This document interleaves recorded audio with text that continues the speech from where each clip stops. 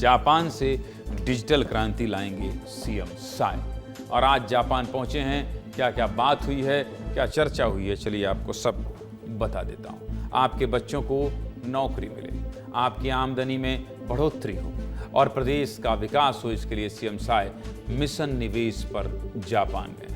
छत्तीसगढ़ सरकार लगातार प्रदेश में निवेश लाने पर फोकस कर रही है। प्रदेश का निवेश बढ़ाने के लिए मुख्यमंत्री विष्णुदेव साय विदेश दौरे पर गए। सबसे पहले सीएम साय जापान की राजधानी टोक्यो पहुंचे, जहां उन्होंने असाकुसा मंदिर के दर्शन किए।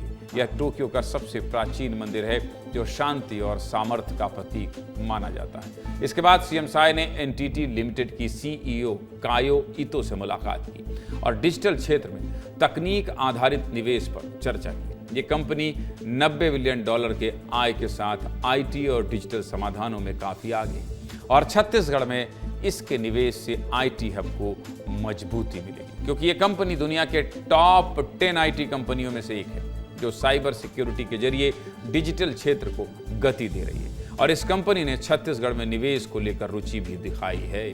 निवेश पर बैठक करने के बाद शाम को सीएम साय ने भारत के राजदूत सीबी जॉर्ज से मुलाकात की और अपने प्रतिनिधि मंडल के साथ डिनर में भी हिस्सा लिया। इस मुलाकात से सांस्कृतिक रिश्तों और व्यापारिक साझेदारी को मजबूती मिली है। इस दौरान व्यापार के जरिए आर्थिक स्थिरता और व्यापारिक सुरक्षा पर जोर दिया गया। कुल मिलाकर सीएम साय के विदेश दौरे का पहला दिन बहुत अहम रहा और इसमें व्यापार, तकनीक और कूटनीति की दिशा में ठोस कदम उठाए गए। अभी आगे सीएम साय ओसाका शहर में आयोजित वर्ल्ड एक्सपो में शामिल होने वाले और कल सीएम साय भारतीय समुदाय के लोगों से मुलाकात करेंगे। तो कुल मिलाकर 10 दिन में जो भी अपडेट होगा वो आपको बताते रहेंगे। लेकिन मृगेन जी, डिजिटल क्रांति की ओर जिस तरह से छत्तीसगढ़ बढ़ रहा है, नया रायपुर को मॉडल बनाया जा रहा है, उस दिशा में मुख्यमंत्री विष्णुदेव साय का यह कदम कितना मायने रखता है?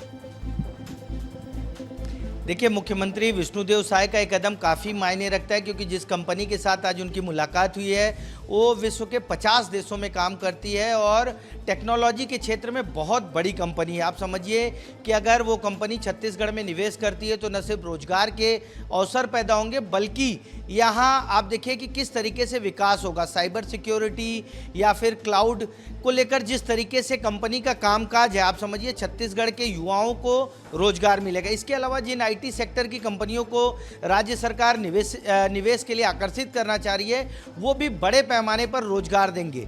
राज्य सरकार की जो पूरी कोशिश है नया रायपुर को आईटी सेक्टर के रूप में डेवलप करना, उसके लिए जो अपनी छत्तीसगढ़ की उद्योग नीति है वो काफ़ी महत्वपूर्ण बनाएगी। आज उसी उद्योग नीति को लेकर मुख्यमंत्री विष्णुदेव साय और उनकी पूरी टीम पहुंची है। ऐसा माना जा रहा है कि जिस तरीके से बातचीत हो रही है, आने वाले दिनों में छत्तीसगढ़ में निवेश की संभावनाएं बढ़ेंगी।